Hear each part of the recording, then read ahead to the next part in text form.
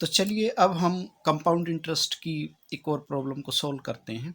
ये है एक्सरसाइज 8.1 में क्वेश्चन नंबर जो है 8 का first part. In what time will a sum of money treble itself at 13% पर एनम कंपाउंड इंटरेस्ट। अगर किसी अमाउंट को 13% पर एनम कंपाउंड इंटरेस्ट से इन्वेस्ट किया जाए तो वो अपना खुद का 3 गुना कितने टाइम बाद हो जाएगा, ऐसा हमें इस क्वेश्चन में फाइंड आउट करना है। तो इसके लिए मैं क्या करता हूँ, प्रिंसिपल मान लेता हूँ अपनी तरफ से। तो let P be the principal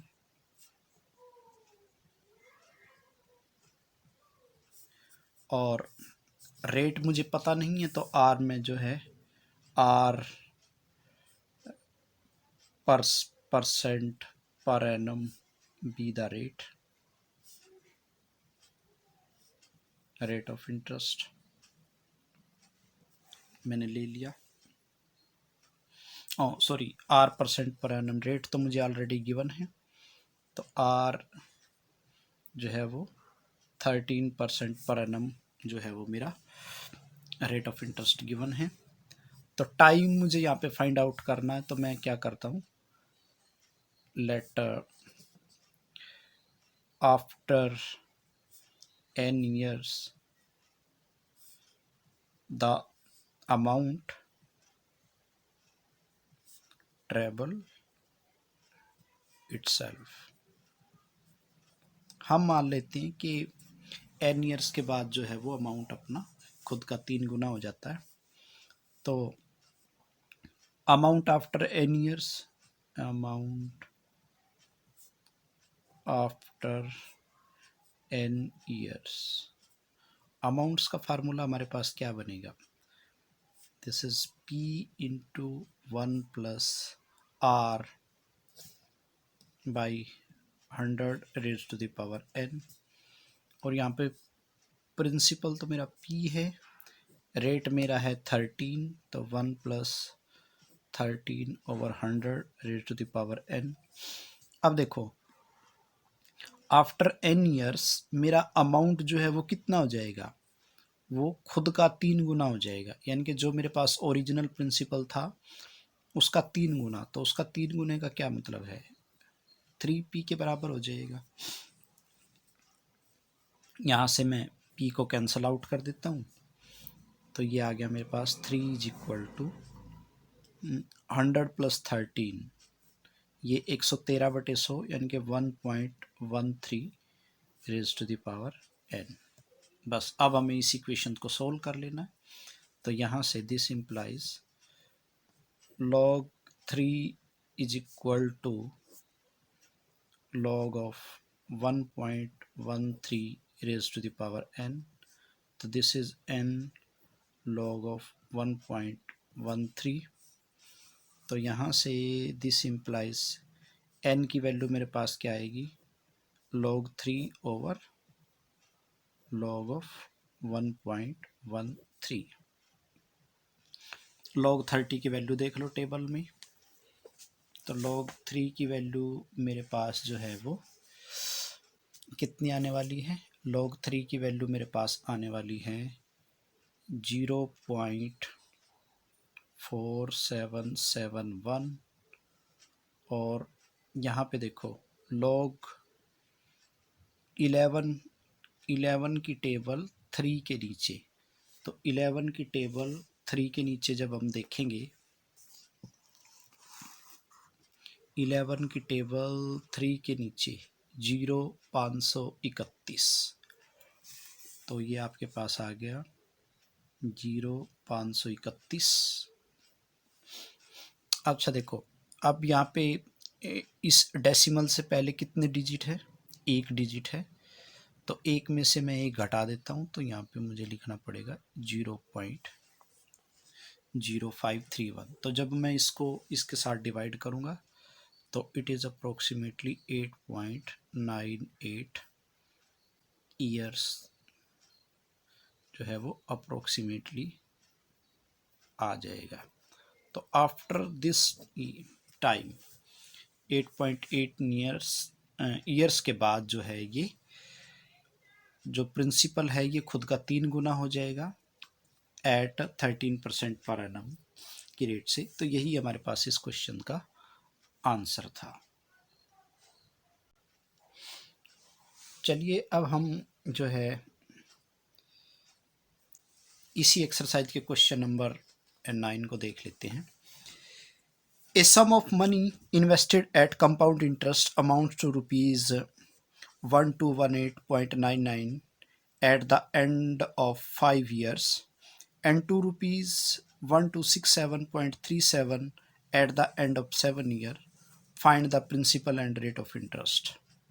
इस क्वेश्चन में वो कहता है कि कोई अमाउंट है जो कंपाउंड इंटरेस्ट की रेट से जो है 1218 रुपये .99 हो जाता है after 5 years and after 7 year at the end of 7 years वो जो है 1267 रुपीज़ .37 हो जाता है। तो हमें वो बताना है कि वो प्रिंसिपल कितना है और उसके ऊपर रेट ऑफ इंटरेस्ट कितना लगा हुआ है हमारे पास। तो this is very very simple question. तो सपोज कर लेते हैं पी मेरे पास प्रिंसिपल है, let P be the principal,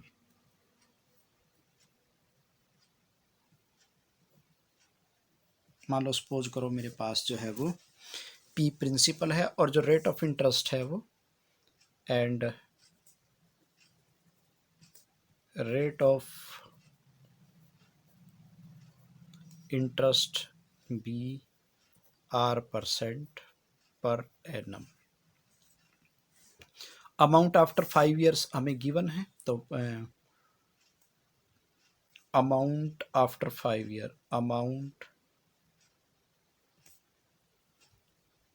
after 5 years, तो वो फार्मूला मेरे पास क्या बनेगा, पी प्रिंसिपल है, this is 1 plus R by 100 raise to the power 5 और ये अमाउंट मेरे पास जो है ऑलरेडी गिवन है कितना 1218.99 रुपीज़ का ये अमाउंट है।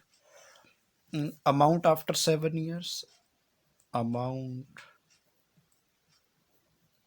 आफ्टर 7 ईयर्स वो मेरे पास क्या बनेगा P into 1 plus R by 100 raise to the power 7, वो मेरे पास है 1267.37। अब मैं क्या करता हूँ, अगर मैं ऊपर नीचे वाली इक्वेशन को ऊपर वाली इक्वेशन से डिवाइड कर देता हूँ, तो जब मैं नीचे वाली इक्वेशन को ऊपर वाली इक्वेशन से डिवाइड करूँगा तो मेरा जो है वो P कैंसल आउट हो जाएगा। तो मेरे पास यहाँ पे बचेगा लेफ्ट साइड में 1 plus R by 100 raise to the power 2।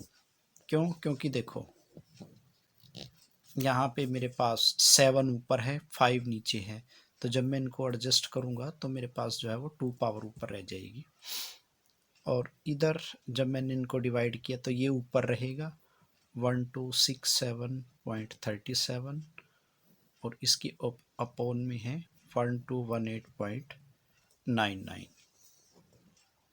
अब मुझे जो है वो इस इक्वेशन को सोल्व कर लेना है, तो मैं क्या करता हूँ, इसको सोल्व करने के लिए लॉगरिथम लगा लेता हूँ दोनों साइड में। तो टेकिंग लॉग बोथ साइड, तो यहाँ से मेरे पास आ जाएगा 2 log of 1 plus R by 100 is equal to, और जब मैं इस साइड में log लगाऊंगा तो log ऑफ 1267.37 अपॉन 1218.99। अब मैं जो है log m बटा n, तो log m by n can be written as log m minus log n। तो मैं इस प्रॉपर्टी का यूज कर लेता हूँ। So this becomes log of 1267.37 minus log of 1218.99। तो जैसे ही मैं अब log 1267.37 का जैसे ही मैं log फाइंड आउट करूँगा, तो देखो मुझे क्या करना है, 12 की टेबल देखनी है 6 के नीचे 7 से मीन डिफरेंस। तो जब मैं 12 की टेबल को 6 के नीचे 7 से मीन डिफरेंस के लिए देखता हूँ, तो वो मेरे पास आएगा 1004। 12 की टेबल को मैंने 6 के नीचे देखा तो मेरे पास ये आया, और 7 से मीन डिफरेंस को जब मैं देखूंगा तो वो मेरे पास आएगा 24। तो इन दोनों को ऐड करके हो जाएगा 8201। तो ये आ गया मेरा 1028। ठीक है। और इसी तरह से जब मैं 12 की टेबल को 1 के नीचे 8 से मीन डिफरेंस के लिए देखूंगा, तो वो मेरे पास आएगा 0828। 12 की टेबल 1 के नीचे और 8 से मीन डिफरेंस जो है वो है 32। तो ये मेरे पास हो जाएगा 0860। तो अब मैं इनकी वैल्यूज़ को यूज़ करूँगा। तो देखो, डेसिमल से पहले 1 2 3 4 डिजिट हैं, तो 4 डिजिट हैं, तो इसका मतलब है 4 में से एक घटा देंगे हम 3, तो 3.1028 पे इसके साथ आ जाएगा 3.1028 माइनस इसकी वैल्यू है 0860। तो अब देखो, 0 से पहले 1 2 3 4 डिजिट इसमें भी हैं, तो इसमें भी आएगा 3.0860। ठीक है। तो अब मैं इनको जो है वो सब्ट्रैक्ट कर लेता हूँ। तो जब जैसे ही मैं इसमें से इसको सब्ट्रैक्ट करूँगा, तो वो मेरे पास आएगा, सब्ट्रैक्ट करने के बाद आ गया 0.0168। तो यहाँ से देखो, अब मेरे पास जो है, अब मेरे पास आ गया 2 log of 1 plus r by 100 is equal to 0.0168। तो log of 1 plus r by 100, ये 2 है, ये इसके नीचे चला जाएगा, तो 0.0168 by 2, and this becomes 0.0084। तो ये मेरा 0.0084 आ गया। तो अब यहाँ से 1 प्लस r बाई 100, इसकी वैल्यू मेरे पास आ गई एंटी लॉग ऑफ 0.0084। अब मैं 0.00 की टेबल देखूंगा 8 के नीचे 4 से मीन डिफरेंस। तो जैसे ही मैं 00 की टेबल को 8 के नीचे देखता हूँ, तो वो देखो मेरे पास क्या आएगा। तो 0.00 की टेबल को मैं 8 के नीचे देखूंगा, तो आ गया 1019, और 4 से मीन डिफरेंस है 1, तो ये आ गया मेरा 1019, और एक मीन डिफरेंस इसमें ऐड कर दूंगा, तो 1 020। तो ये 10-20 आ गया मेरे पास। तो 1 प्लस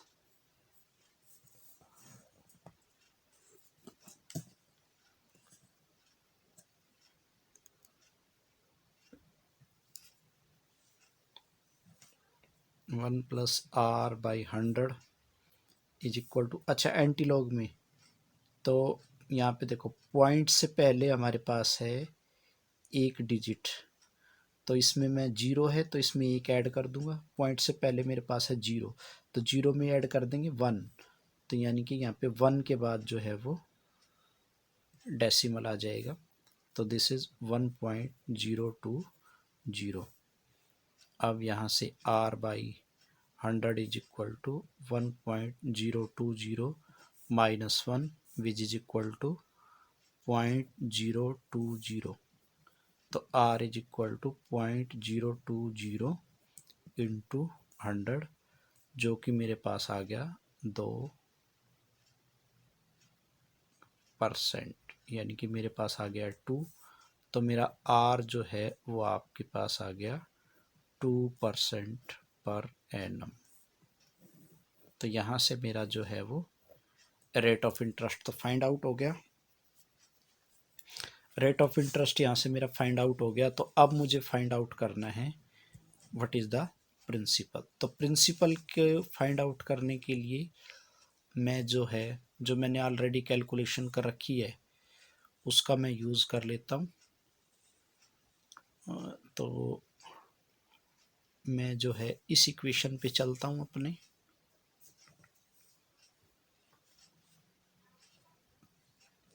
ओके, तो यहाँ से देखो अमाउंट आफ्टर 5 ईयर्स वाली इस इक्वेशन का मैं सारा ले लेता हूँ।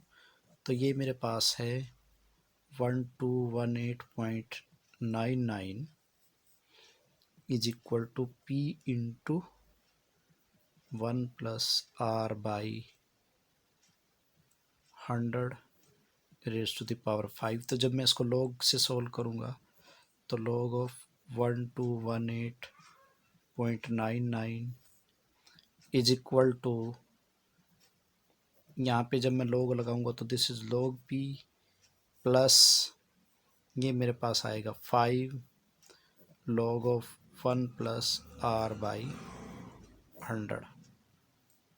तो log p plus 5 log 1 + r, log 1 + r की वैल्यू आप जो है यहाँ से उठा लो।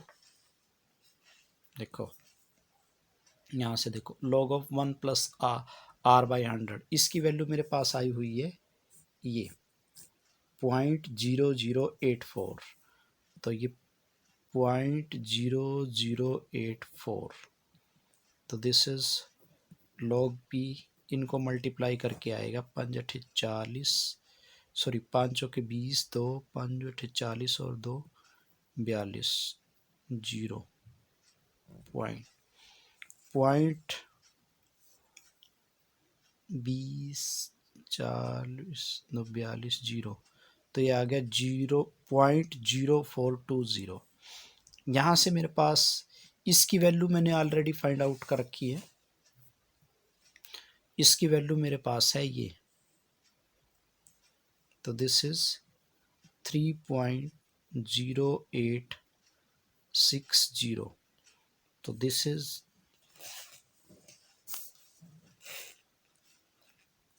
अब यहाँ से तो log p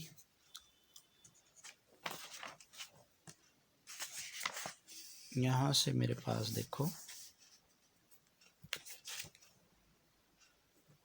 log p is equal to 3.0860 और इसमें से हम ये घटा देंगे 0.0420। तो 0.440, ठीक है। अब यहाँ से देखो, अब यहाँ से मेरे पास p की वैल्यू आ गई एंटी लॉग ऑफ 3.0440। अब 0.4 की 4 के नीचे जो है वो मैं टेबल को देख लेता हूँ।